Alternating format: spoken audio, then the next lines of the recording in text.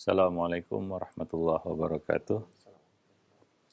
Alhamdulillah, nahmaduhu wa nasta'inuhu wa nastaghfiruh, wa na'udzu billahi min syururi anfusina wa sayyiati a'malina. May yahdihillah fala mudhillalah wa may yudlil fala hadiyalah. Asyhadu an la ilaha illallah wahdahu la syarikalah wa asyhadu anna Muhammadan abduhu wa rasuluhu la nabiyya ba'dah wa ba'd. Para pemerhati roja, kaum muslimin dan muslimat, rahimani wa rahimakumullah. Kita bersyukur pada Allah.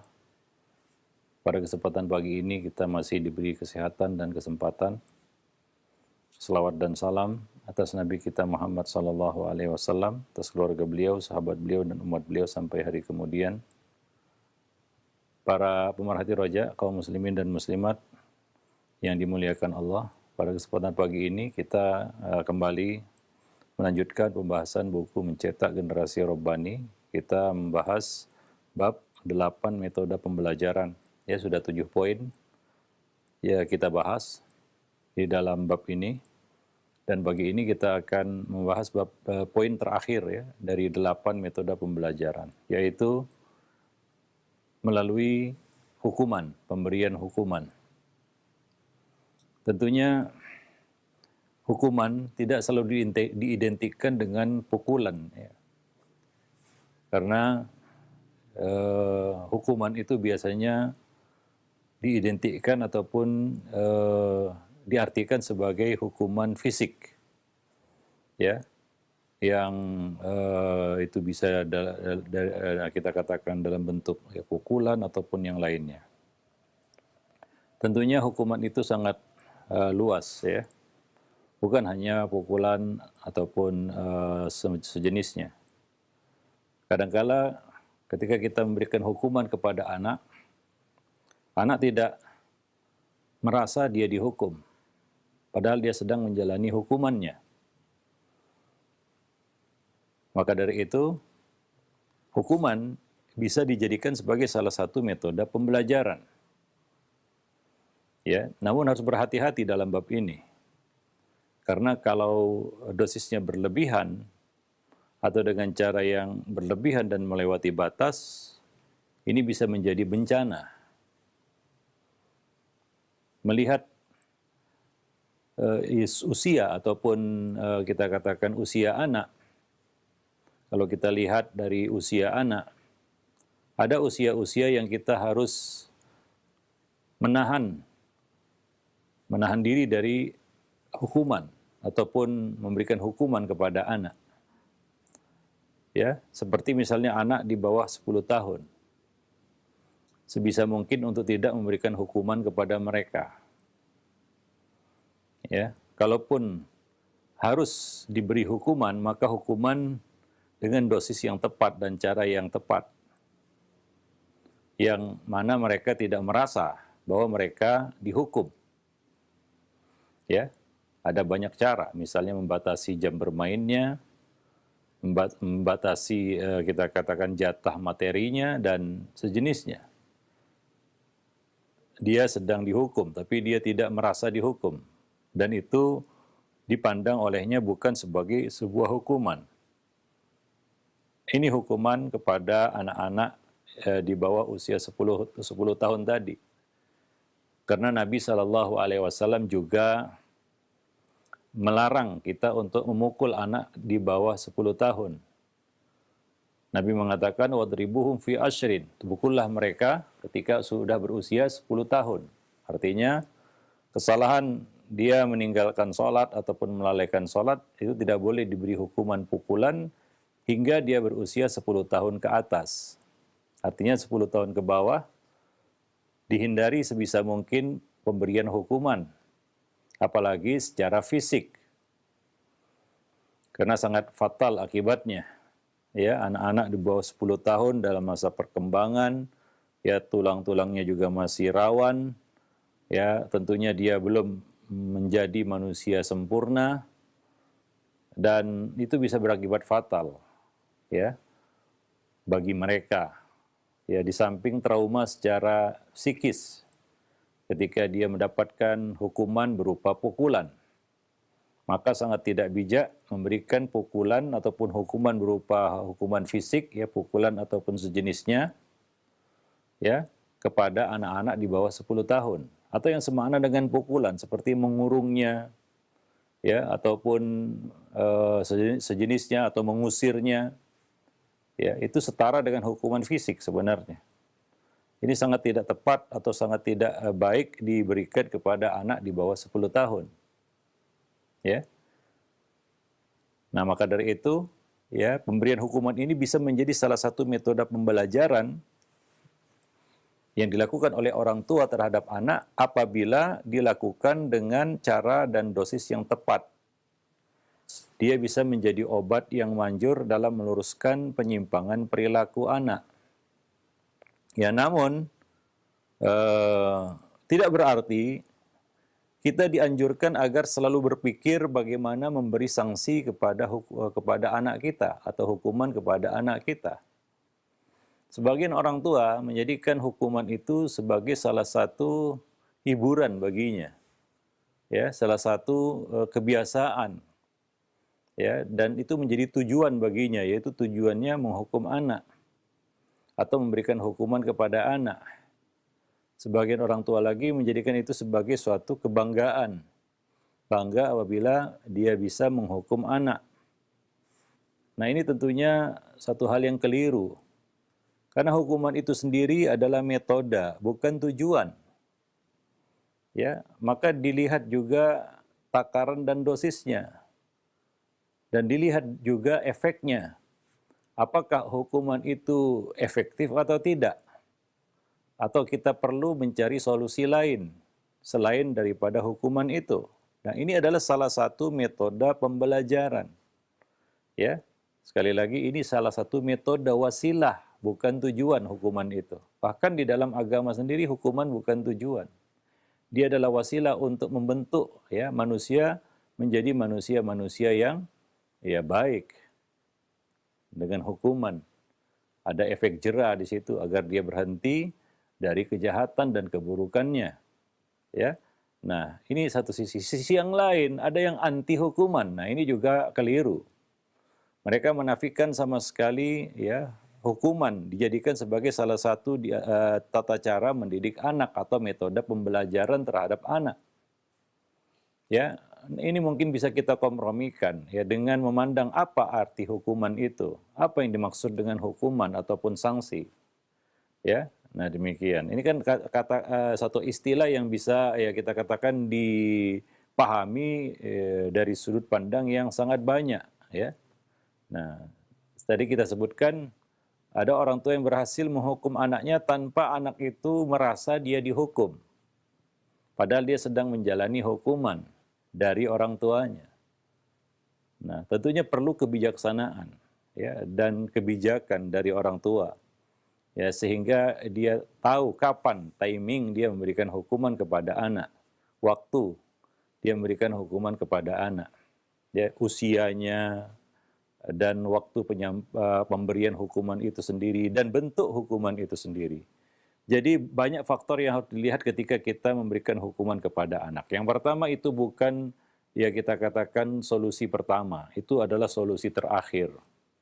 Itu adalah langkah terakhir. Kalau, ya, wasilah-wasilah lainnya sudah buntu, ya, baru sampai kepada kita katakan hukuman dalam bentuk pendidikan dalam bentuk pemberian hukuman.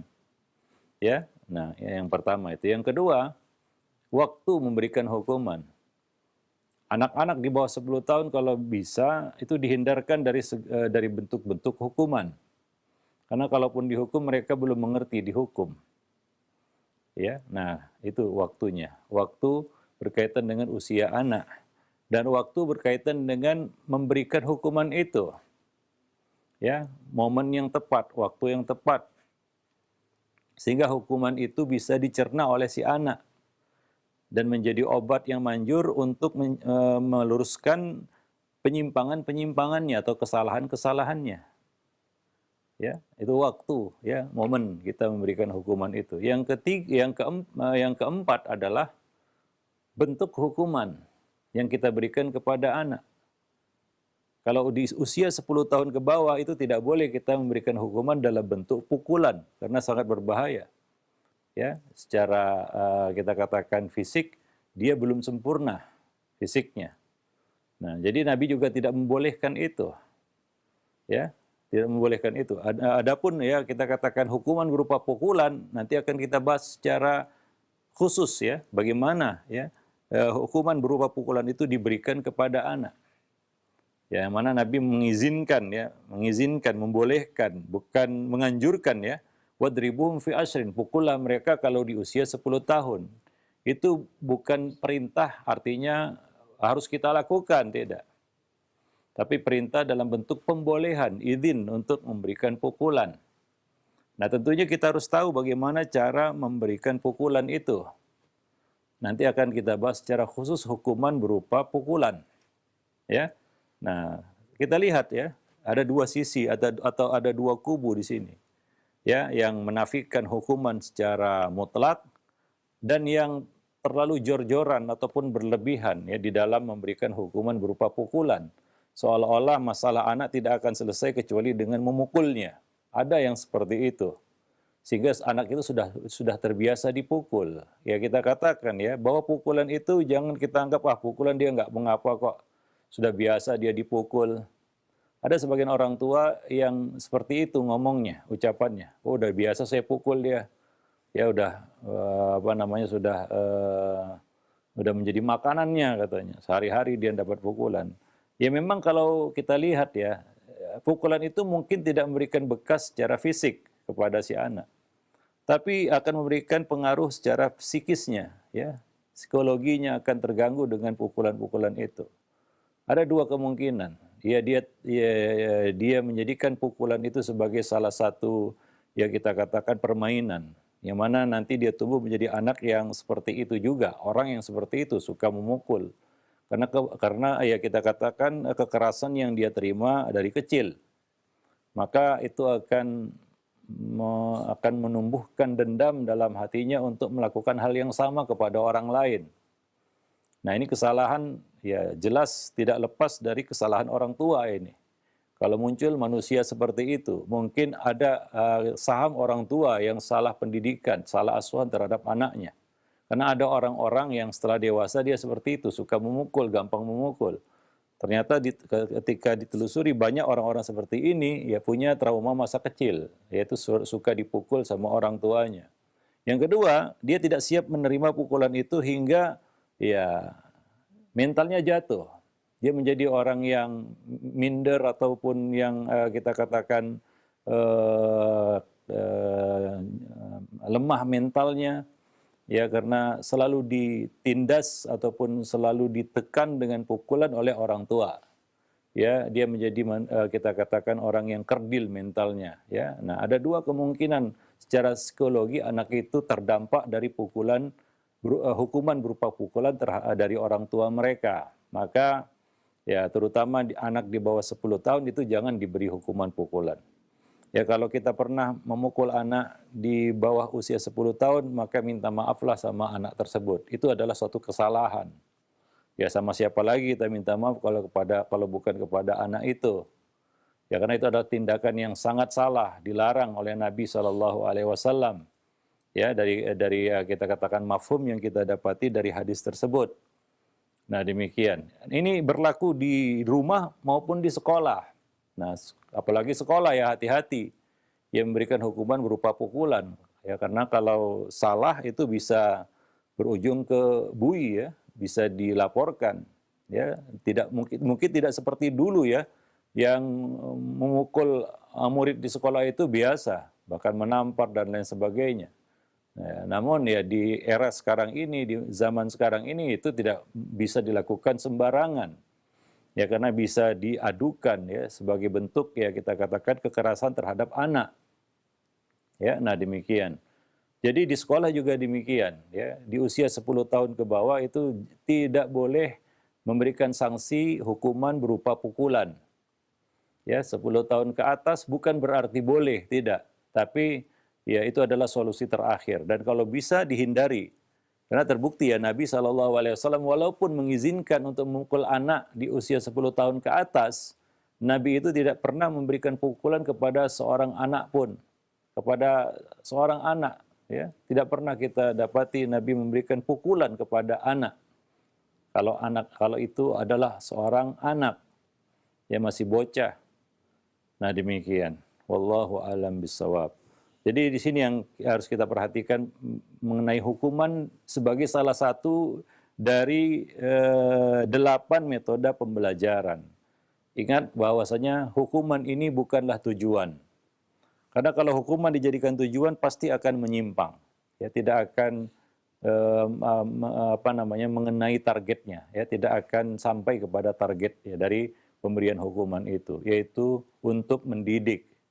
Ya, sebaliknya ketika hukuman ini menyimpang dari tujuannya, maka akan menumbuhkan kebencian, dendam, permusuhan, ya dan lain-lain sebagainya, keburukan-keburukan yang muncul di belakang hari, ya, tidak pada saat anak itu menerima hukuman. Para pemerhati roja kaum muslimin dan muslimat yang dimuliakan Allah. Maka Islam menganjurkan kita supaya mendidik anak secara bertahap, ya, hingga memberi manfaat menyeluruh bagi kita katakan bagi mereka terutama, ya, bagi generasi penerus ini. Ya, jadi yang pertama kita harus pikirkan adalah bagaimana mendidik anak dengan metode dan pengarahan yang layak. Ya, 7 metode pembelajaran sebelumnya itu dulu yang harus kita lakukan secara maksimal. Ya, maka dari itu kita sebutkan di sini pemberian hukuman itu adalah metode yang terakhir, solusi terakhir. Ya, pertama kita harus maksimal memberikan pengarahan, bimbingan, nasihat, ya, dengan penuh kesabaran, ya, dan konsisten di dalam menjalankannya, menjalankan pengarahan dan bimbingan itu. Nah, kadang-kadang orang tua baru dinasihati 1-2 kali, anaknya ketiga langsung dipukul karena dianggap tidak mempan lagi, apapun nggak akan bisa meluruskannya kecuali dengan hukuman. Nah, demikian ini adalah satu yang mungkin keliru, ya, karena kita belum maksimal melakukan usaha-usaha yang lain, ya, metode-metode pembelajaran yang lain. Nah, demikian. Maka perlu hikmah, ya, di dalam mendidik. Allah mengatakan ud'u ila sabili rabbika bil hikmah wal mau'izatil hasanah. Ajaklah manusia, ya, termasuk di dalamnya adalah anak-anak kita, kepada jalan Allah, kepada agama Allah dengan cara yang hikmah, bijaksana, dan dengan pengajaran yang baik, dengan contoh, teladan, bimbingan, dan lain sebagainya, ya. Nah, kadang manfaat yang diharapkan tidak langsung muncul. Pendidikan bukanlah sesuatu yang instan, ya, kita omongi sekali jadi, enggak. Ada seperti itu, ya ada. Ya, cuma kebanyakannya tidak seperti itu. Kadang-kadang, ya, hasilnya belum nampak di depan mata kita.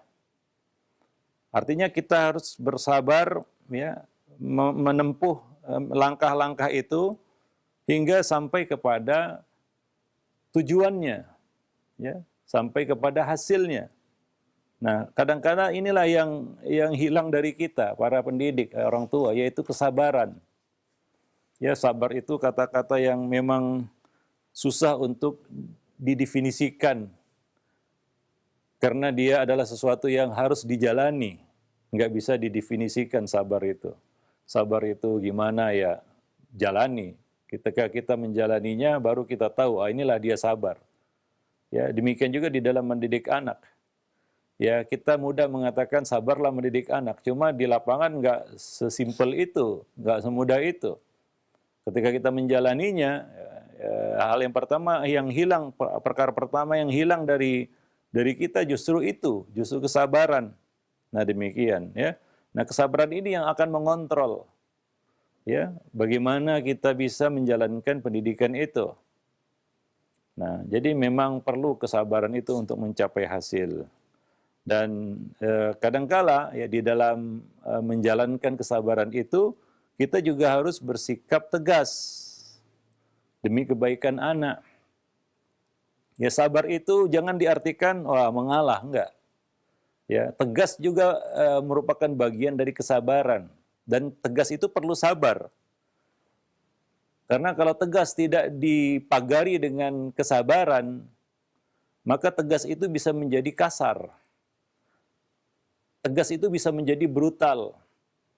Ya, tegas itu bisa menjadi suatu kekerasan jika tidak dibungkus dengan kesabaran, tidak dikawal dan dipagari dengan kesabaran. Ya, demikian juga di dalam memberikan hukuman. Ya, coba lihat sebagian orang tua, hukuman yang dia berikan kepada anak semakin lama semakin ya kita katakan keras. Ya bukan hukuman itu semakin lama semakin hilang, enggak. Semakin lama semakin banyak. Kemarin mukul sekali, besok-besoknya mukul 2 kali, besok-besoknya mukul 4 kali, 5 kali, 10 kali, berkali-kali. Padahal awalnya dia memukul cuma sekali. Artinya apa hukuman? Memberikan hukuman juga harus dikawal dengan kesabaran. Kalau tidak, ya itu akan terus berkembang dan berkembang sehingga ya bukan hukuman lagi. Ya tapi adalah ya pelampiasan kemarahan dan itu berbeda ya antara hukuman dan kita melampiaskan kemarahan kepada anak. Maka hindari ya, pelampiasan kemarahan ini disertai dengan hukuman, karena hukuman itu bisa menjadi alat untuk melampiaskan kemarahan kita. Nah, jadi hukuman itu juga harus dengan akal sehat, ya perhitungan yang matang, ya bukan asal-asalan, perlu dikawal dengan kesabaran. Barulah hukuman itu efektif, ya. Karena kita menyadari bahwa hukuman itu bukan tujuan kita, itu hanyalah wasilah. Itu hanyalah salah satu cara kita untuk mendidik anak. Sehingga dia terukur. Ya, bukan ngaur. Ya, seperti yang kita sebutkan di awal tadi, sebagian orang tua ada yang memang hobi menghukum anak. Ya, sudah menjadi kebiasaannya. Dan dia cari cara dan cari celah, cari kesempatan untuk menghukum anak. Ya, nah demikian. Dan juga di sekolah tentunya ya, kalau kita soroti sekolah, lembaga pendidikan, nah ini tentunya lebih berat lagi ya, untuk bisa ya kita katakan menjadikan hukuman ini sebagai salah satu metode pembelajaran yang efektif. Ya bukan menjadi musibah dan bencana bagi guru itu dan juga bagi anak didik, bagi murid. Karena banyak kasus-kasus di sekolah, di lembaga pendidikan, ya sampai yang berujung kepada kematian. Ini adalah sesuatu yang sangat tragis sebenarnya. Itu sama sekali ya kita katakan di luar konteks pendidikan, yang itu berkaitan dengan pemberian hukuman, ya hingga berujung kepada satu akhir yang sangat tragis, ya. Ya si murid meregang nyawa ataupun ya terjadi korban jiwa. Ya, baik itu dari si murid maupun dari guru. Ya, pernah kita dengar cerita ya, anak membunuh orang tuanya karena sudah nggak tahan dihukum. Ada. Orang tua yang suka membuli anaknya, ada juga. Ya, bulian itu dijadikan sebagai satu hukuman. Nah, ini kan tidak tepat. Ya, tidak ada hukuman dalam bentuk pembulian terhadap anak. Ini tidak ada sama sekali dalam Islam. Ya, pukulan masih ada dengan kriteria ya. Dengan kriteria yang kita katakan nanti akan kita bahas secara khusus. Tapi pembulian dijadikan sebagai satu bentuk hukuman, ini nggak ada dalam Islam. Dan itu sangat fatal akibatnya. Maka kita ya sering dengar kasus-kasus ya, seorang anak tega membunuh orang tuanya ya karena salah satunya adalah ini ya, pemberian hukuman yang salah. Ya bisa fatal akibatnya. Seorang guru yang ditikam oleh muridnya itu terjadi ya. Ini bukan suatu hal yang ya kita katakan suatu hal yang imajinatif, enggak. Ini suatu yang terjadi dan ya kita tahu itu. Nah, jadi pemberian hukuman yang salah dan keliru itu bisa menimbulkan ya kerusakan dan kehancuran ya di dalam pendidikan itu sendiri. Ya akan jatuh korban-korban di situ ya, baik korban jiwa maupun korban-korban lainnya, baik itu dari ya kalangan anak didik maupun dari pendidik itu sendiri. Ya, nah demikian. Maka hati-hati ya dengan hukuman, ya terutama di sekolah, ya kalau bisa ya buatlah hukuman itu dalam bentuk yang ada unsur pendidikannya. Satu, ada hukuman-hukuman yang kita katakan memiliki unsur pendidikan dan itu sangat tepat ya. Sehingga anak itu ya tidak merasa terhina dengan hukuman itu dan ada nilai positifnya. Ya, nah yang kedua, hukuman ya tentunya harus ada dosisnya juga. Ya jangan berlebihan. Ya, nah demikian. Ya kemudian ya tentunya hukuman itu ya diusahakan ya tidak menjadi suatu hal yang menghinakannya. Ya, kadang-kadang nggak tepat juga menghukum anak di sekolah membersihkan WC. Itu kan ya menjatuhkan kehormatannya juga ya atau hukuman-hukuman yang mempermalukannya di hadapan orang banyak. Ini juga nggak efektif sebenarnya, akan menumbuhkan dendam, kemarahan, ya. Yang jelas dendam, ya. Satu saat dia akan ingin membalas itu, kemaluan yang diterimanya itu. Dan ini banyak terjadi, anak-anak yang dihukum dengan dalam bentuk dipermalukan di hadapan ya orang, ya. Itu justru ya menjadi suatu pukulan berat terhadap psikologinya, ya, memunculkan dendam, ya, dan hal-hal buruk lainnya. Itu akan mengganggu, ya, kita katakan batinnya, ya, wallahu a'lam bishawab.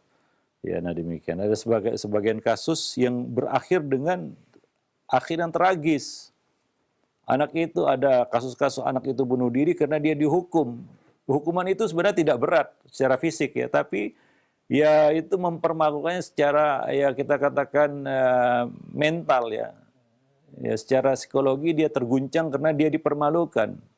Nah, itu sangat buruk akibatnya. Maka hati-hati, sekali lagi sekolah hati-hati dengan pemberian hukuman. Jangan sampai hukuman itu justru ya kita katakan menjadi suatu yang sangat buruk dan negatif bagi si anak. Ya wallahu a'lam bishawab. Nah, Allah Subhanahu wa taala telah memberikan contoh ya hukuman yang kita katakan bertahap.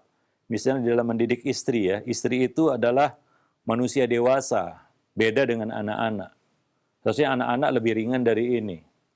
Ya Allah mengatakan wallati takhafuna nusyuzahunna fa'idhuhunna. Itu yang pertama. Wanita-wanita, istri-istri yang kamu khawatirkan mereka durhaka, ya, hendaklah kamu beri nasihat kepada mereka. Itu yang pertama. Fa'idhuhunna. Beri nasihat dulu. Diomongi dulu, pendekatan persuasif dari hati ke hati, ya. Nah, hingga orang itu menyadari kesalahannya dan mau untuk berhenti dari kesalahannya secara sadar, gitu ya, sukarela, tidak ada tekanan ataupun hal yang memberatkannya. Nasihati, dan ini tentunya tidak cukup sekali dua kali. Pendekatan ya kepada seseorang yang dilakukan secara benar itu dapat menyadarkannya. Itulah nasihat ya yang perlu kita berikan kepada siapapun yang mungkin melakukan kesalahan, bukan memperberat batinnya. Maka ketika seorang menjalani hukuman cambuk ya, ini hukuman hudud yang diberikan kepada orang dewasa karena melakukan kesalahan tertentu, ya, itu orang ini dia minum khamar, mabuk. Maka dihukum cambuk 40 kali cambukan di zaman Nabi ya. Di zaman Umar ditambah jadi 80 kali. Karena makin banyak orang yang mabuk mungkin. Ya, atau terbiasa minum minuman keras itu. Maka itu dicambuk. Ya, ketika dia menjalani hukuman itu ada orang yang mencelanya. Ada orang yang mencelanya. Ya, maka Nabi SAW mengatakan kepada orang yang mencela itu, jangan bantu setan untuk memperburuk keadaan saudaramu. Ya, Nabi melarang orang itu mencela karena celaan itu ya dalam kondisi seperti itu adalah hukuman terhadap batinnya yang pukulannya mungkin lebih berat daripada cambukan yang dia terima. Ya, hukum hudud ya berupa pukulan cambuk kepada orang yang minum minuman keras 40 kali itu ya tentunya tidak sampai menghilangkan nyawanya. Ya, nah tidak membuatnya cacat juga. Sebagian hukuman memang itu adalah hukuman yang berujung kepada kematian seperti rajam dan sejenisnya, ya. Harus ya tentunya ya kita katakan itu adalah hukuman mati sebenarnya atau pancung dan qisas dan sejenisnya. Tapi ada hukuman itu hanya memberikan satu efek jerah seperti cambukan. Nah, mungkin 40 kali cambukan yang diterima oleh orang ini, ya, itu tidak sebanding dengan celaan yang ditujukan kepadanya. Maka Nabi melarang orang-orang itu untuk mencela orang tersebut yang sedang menjalani hukuman itu. Ya, maka ya kita katakan hati-hati ya dengan ya kita katakan hukuman yang bisa menghinakan orang itu. Nah, maka yang pertama adalah nasihati dia, beri dia nasihat. Ya, beri istri itu nasihat. Kemudian langkah berikutnya apabila ini sudah mentok, maka langkah berikutnya adalah wahjuruhunna fil madaji'. Ya. Tinggalkanlah mereka di tempat tidur, yaitu pisah ranjang. Bukan ini yang salah dia, yang kadang-kadang tidak lengkap membaca ayat, ya itu akibatnya. Ya mereka cuma membacanya mungkin wahjuruhunna dan pisahkan, tinggalkanlah mereka. Itu ayat ada lanjutannya fil madaji, ya, di tempat tidur, artinya pisah ranjang. Itu bisa dilakukan dengan apa? Dengan membalikkan badan di tempat tidur yang sama. Ya, atau di satu kamar di tempat tidur yang berbeda, atau di satu rumah di ruangan yang berbeda. Bukan minggat dari rumah, ini salah. Karena sebagian mengartikan ataupun melakukan ini dengan cara minggat dari rumah, itu tidak benar, cara yang keliru ya. Nah, wahjuruhunna fil madaji', ya, di tempat tidur. Artinya pisah ranjang. Itu metode yang kedua, langkah yang kedua. Kalau sudah mentok juga, maka baru yang terakhir, wadribuhunna, dan pukullah mereka. Walaupun kita tahu ya bahwa Nabi itu tidak pernah ya memberikan hukuman berupa pukulan kepada istri ataupun kepada wanita. Nabi tidak pernah memukul wanita walaupun itu dibolehkan di dalam ayat, bukan berarti harus dilakukan ya. Ya, itu yang perlu diingat. Ya, izin memukul di sini walaupun itu dalam bentuk fi'il amar, perintah, tapi maksudnya adalah pembolehan, ya, ibahah. Pukullah, baru ada izin memukul, ya.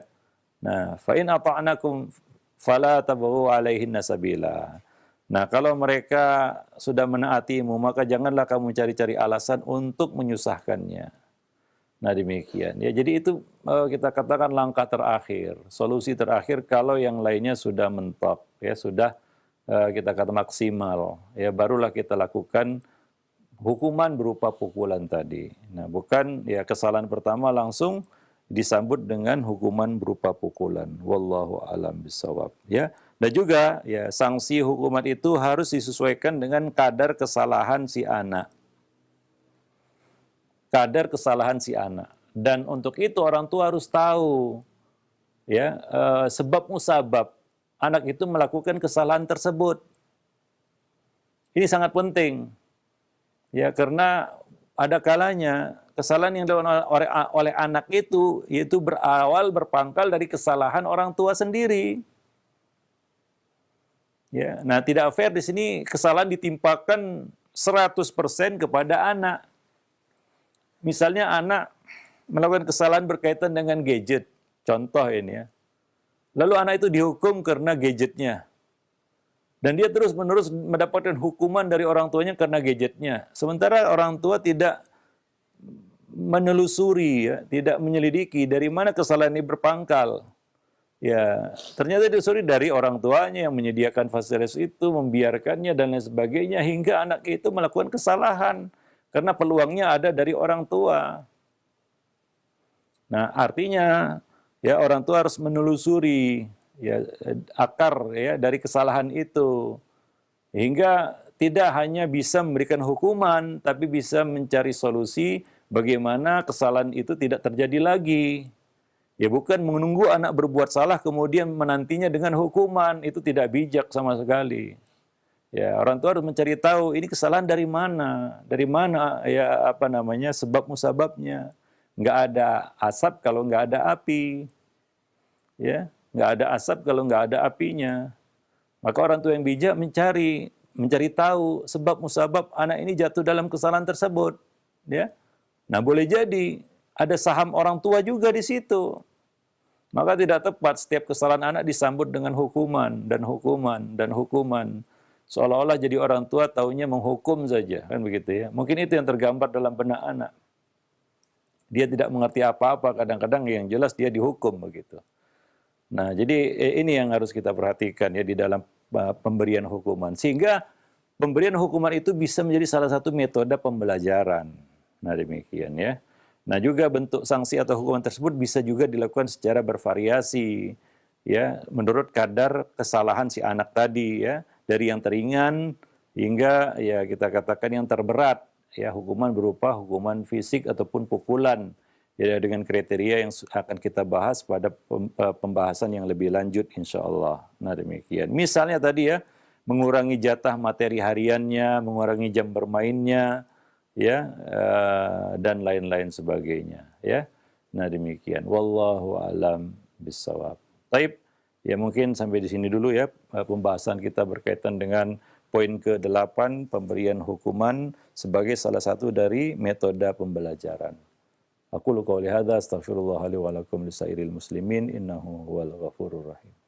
Nah, baik, syukran jazakallahu khair kepada Ustaz yang sudah memaparkan dari poin yang ke-8, buku Mencetak Generasi Robbani, yaitu mengenai pendidikan pemberian hukuman ya kepada anak-anak ataupun kepada anggota keluarga yang kita sebagai orang tuanya.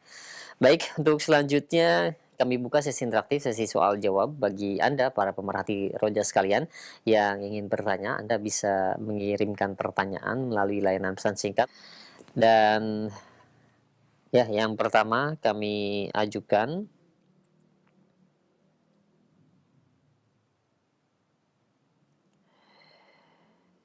Ya, Assalamualaikum warahmatullahi wabarakatuh. Ustadz, saya memang hampir tidak pernah dipukul ketika kecil oleh orang tua. Tapi sering sekali hukuman itu secara verbal, baik ketika saya salah ataupun dianggap salah. Hal tersebut tertancap di hati saya, sehingga ketika sekarang sudah besar, rasa simpati dan empati kepada orang tua hampir tidak ada. Padahal saya pun ingin berbakti, tapi kalah dengan tidak ada rasa simpati dan empati tersebut. Mohon nasihatnya Ustadz, karena bagi saya ini ujian yang berat untuk berbakti kepada orang tua. Ya, ini kita lihat dari kacamata anak ya. Kita melihatnya dari sisi anak ya. Tentunya anak ini sudah dewasa mungkin ya. Ada kenangan masa lalu yang pahit, maka di sini ya tentunya ya khudhil afwa ya. Ya, berilah maaf ya, itu yang mungkin bisa kita lakukan. Langkah pertamanya, pintu gerbangnya adalah memberi maaf itu. Ya, itu salah jelas ya, itu tidak bisa dibenarkan. Ketika kita jadi orang tua, itu tidak boleh kita lakukan terhadap anak kita apa yang sudah kita terima dari orang tua kita. Ya, dengan maaf itu kita bisa mengoreksi itu semua ya. Nah, kalau tidak, bisa jadi ini menjadi suatu warisan ya, yang akan juga dilakukan terhadap anak kita juga nantinya, karena kita tidak memaafkan kesalahan orang tua kita. Ya, maafkan saja ya, mintakan ampunan kepada Allah untuk mereka berdua, karena itu adalah satu cara yang salah di dalam mendidik anak ya. Mungkin alhamdulillah sebagian anak itu masih ya kita katakan dijaga oleh Allah, dia masih bisa berpikir ya kita katakan positif ya, bahwasanya itu adalah kesalahan orang tua.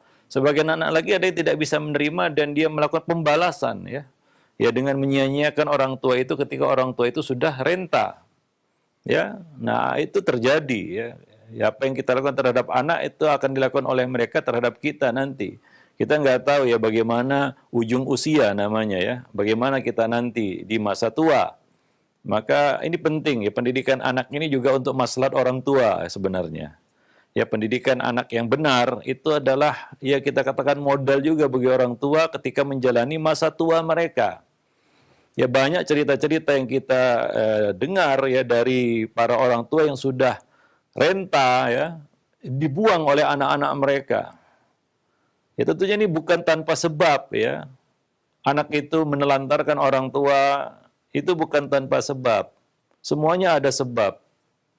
Ya, kama tadinu tudanu kata orang Arab. Begitu bagaimana kamu berbuat begitu kamu akan diperbuat. Ya, hal jazaul ihsan illal ihsan itu bunyi ayatnya. Bukankah balasan kebaikan adalah kebaikan yang serupa pula? Kebalikannya, konsekuensi logis dari ayat itu, keburukan, bukankah keburukan itu adalah balasannya adalah keburukan juga? Sama saja sebenarnya. Ya, maka ini yang dikhawatirkan atas para orang tua yang mendidik anak dengan cara yang salah, ya. Bahwa mereka akan menuai akibat dari perbuatan mereka kalau mereka mendapati masa tua. Ya.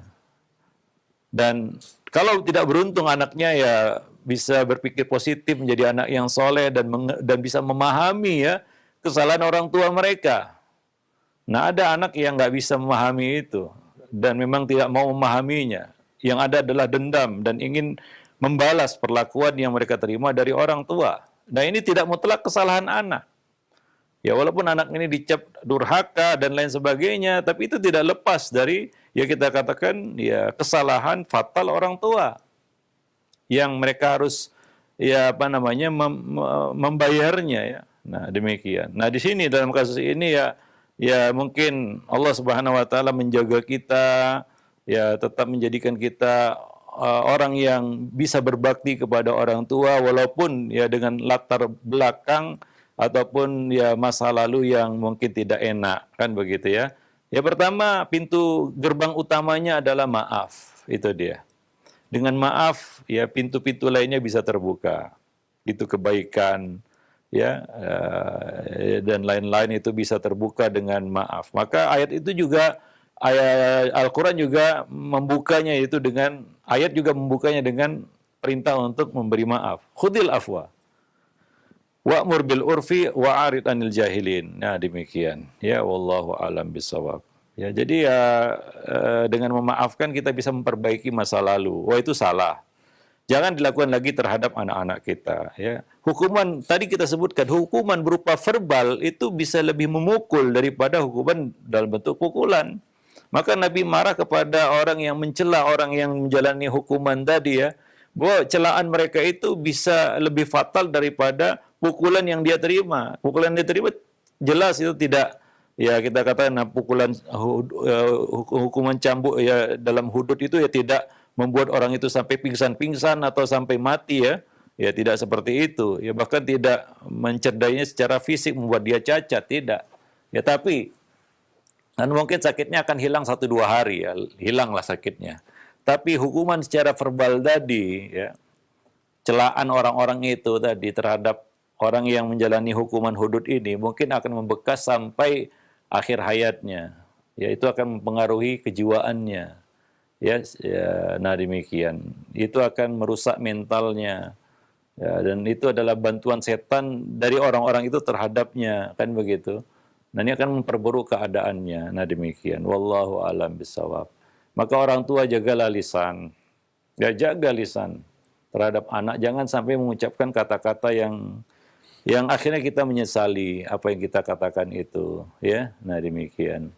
Wallahu a'lam bishawab. Maka ya kata-kata hukuman verbal ataupun ya kita katakan sanksi verbal yang dilakukan oleh orang tua terhadap anak itu biasanya didorong oleh kemarahan. Ya. Walaupun tidak memukul, tidak sampai memukul ya. Tapi ucapan itu dapat memukul hatinya lebih tajam ya daripada sayatan pedang. Ya, nah demikian. Kadang-kadang lisan itu lebih tajam daripada sembilu kata orang. Wallahu a'lam bishawab. Ya, maka ya pertama maafkanlah orang tua. Mungkin dia nggak tahu ya. Mungkin dia ya maklumilah ya kekurangan-kekurangan ya bapaknya orang tua yang mungkin dia ya belum mengetahui dan tidak mengetahui bagaimana mendidik anak yang benar ya. Apalagi zaman dulu ya semua sarana ilmu mungkin masih ya terbatas ya, nggak seperti sekarang. Mungkin kita bisa banyak belajar dari buku, dari internet, dunia maya dan lain sebagainya, hingga kita tahu hal-hal seperti ini yang mungkin tidak diketahui oleh orang-orang tua kita dulu, kan begitu. Maka perbaikilah ya kita kata kesalahan orang tua kita dulu. Pintu gerbang utamanya adalah maaf. Wallahu a'lam bishawab. Iya, baik, syukuran jazakallahu khair atas penjelasan dan nasihat al tadi. Mudah-mudahan ini bermanfaat untuk kita semua. Dan selanjutnya kami buka kembali, ajukan pertanyaan di layanan pesan singkat. Ada pertanyaan, Ustadz, bagaimana cara menghilangkan tantrum terhadap tantrum anak ya karena pengaruh gadget, Ustadz? Karena saya tidak kuat jika dia sedang ngamuk, Ustadz. Ya, ini ya kita cuma bisa menghela nafas ya kalau kita sudah bicara tentang gadget ini ya. Ya, ini satu tantangan baru yang mungkin tidak dibicarakan oleh pakar-pakar dahulu ya, karena ini muncul hari ini. Ya, sehingga ya kita semacam dikejutkan ya dengan ya kita kata tantangan baru ini yang kita tidak duga dan tidak sangka sebelumnya. Ya, kita tahu bahwasanya gadget ini sudah ada di kita katakan di awal abad milenium ya, awal abad 21 sudah ada. Cuma belum berpengaruh dia. Karena dia belum friendly user ya kita katakan. Belum bisa dipegang oleh semua orang. Kalangan terbatas. Ya. Dan penggunaannya juga masih terbatas. Ya, tidak ada isinya selain untuk nelpon dan SMS. Internet pun masih hanya sebatas kirim email saja. Ya. Belum bisa apa-apa. Belum bisa diandalkan. Tapi sekarang dia sudah jatuh ke tangan semua orang. Si kaya maupun si miskin. Bahkan dewasa dan anak-anak. Sekarang ini anak-anak balita itu sudah lebih ahli, ya, lebih pengalaman memainkan gadgetnya daripada orang tuanya. Itu kenyataan yang kita lihat hari ini. Maka kalau kita bicara tentang gadget ini ya ini masalah semua ya. Masalah kita semua nggak mudah untuk menyelesaikannya. Saya pernah menyampaikan juga di sini, ini akan menjadi sulit karena kita sebagai orang tua tidak bisa menjadi contoh, itu dia. Ini salah satu penghalangnya itu. Karena anak-anak melihat kita pegang gadget. Apapun alasan kita, ini adalah untuk kepentingan ayah mencari nafkah, ini untuk kepentingan ibu, untuk ini, untuk itu. Anak nggak mau mendengar itu. Anak tidak mendengar itu. Mereka tidak mau memahami itu. Yang dia pahami, orang tuanya pegang gadget itu aja. Maka kenapa mereka boleh, saya nggak boleh? Nah, yang kedua, mudahnya benda ini untuk dimiliki hari ini. Ya. Sehingga kita bicara misalnya santri-santri di pondok pesantren yang sudah diberi sanksi yaitu dengan penyitaan gadget pun dia nggak takut. Kenapa? Disita hari ini besok dia bisa miliki lagi. Artinya bukan suatu hal yang berat bagi mereka untuk kehilangan handphonenya ataupun kehilangan gadgetnya. Enggak seperti mungkin tahun-tahun awal-awal milenium. Kalau disita gadget itu, wah, gadget aja dulu mahalnya minta ampun. Ya, orang pegang gadget itu berarti kantongnya tebal begitu ya. Nggak akan mungkin dipegang oleh semua anggota keluarga. Paling bapaknya yang pegang handphone. Harganya pun setinggi langit dulu. Belum lagi langganan ini itunya itu sangat mahal dulu. Nggak masuk akal. Ya, kalaupun dulu sanksinya disita gadgetnya bukan hanya anak yang protes, orang tua juga mungkin kan begitu ya, karena sangat mahal. Tapi sekarang disita hari ini, besok dia bisa miliki lagi. Ini menjadi masalah juga di lembaga-lembaga pendidikan karena ternyata anak nggak takut gadgetnya disita. Ada yang dihukum yaitu dipalu itu gadgetnya di depan dia, tapi itu tidak membuat efek jera bagi mereka karena itu ya seperti memalu kacang aja. Besok dia beli lagi kacang itu. Besok dia miliki lagi kacang itu. Nah, artinya dia sudah menjadi bagian dari kehidupan manusia. Ini yang harus kita pahami dulu ya, supaya kita nggak kesal membabi buta, marah membabi buta, kemudian kalap begitu. Karena merasa nggak berhasil memisahkan anak dari gadget. Kenapa mesti kalap? Kita sendiri nggak bisa memisahkan diri dari gadget, gitu ya. Maka cobalah kita bisa melihat ini dari sisi yang lain mungkin. Bisa mengatasi ini dengan cara yang lain. dengan cara mungkin satu pendewasaan anak di dalam memegang gadget itu, hingga gadget itu dipegang untuk sesuatu yang maslahat.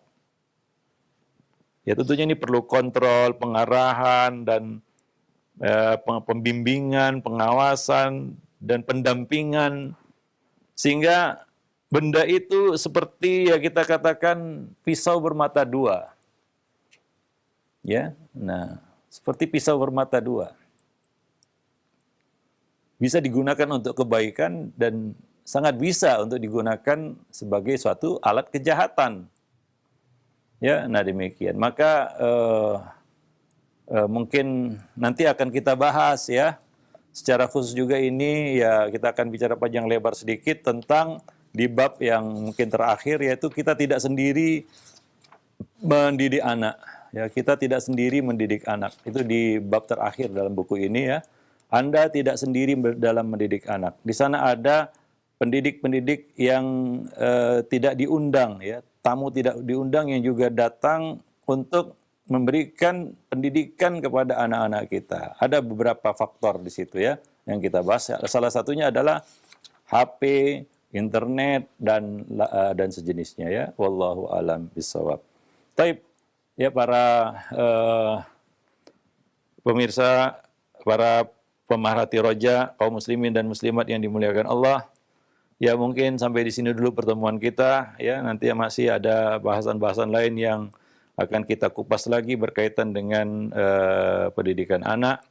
Ya, nah itu saja mungkin yang dapat kita sampaikan. Lebih dan kurang kita mohon maaf atas segala kekeliruan dan kesalahan. Subhanakallah bihamdik, asyhadu an la ilaha illa anta, astaghfiruka wa atubu ilaik. Assalamualaikum warahmatullahi wabarakatuh.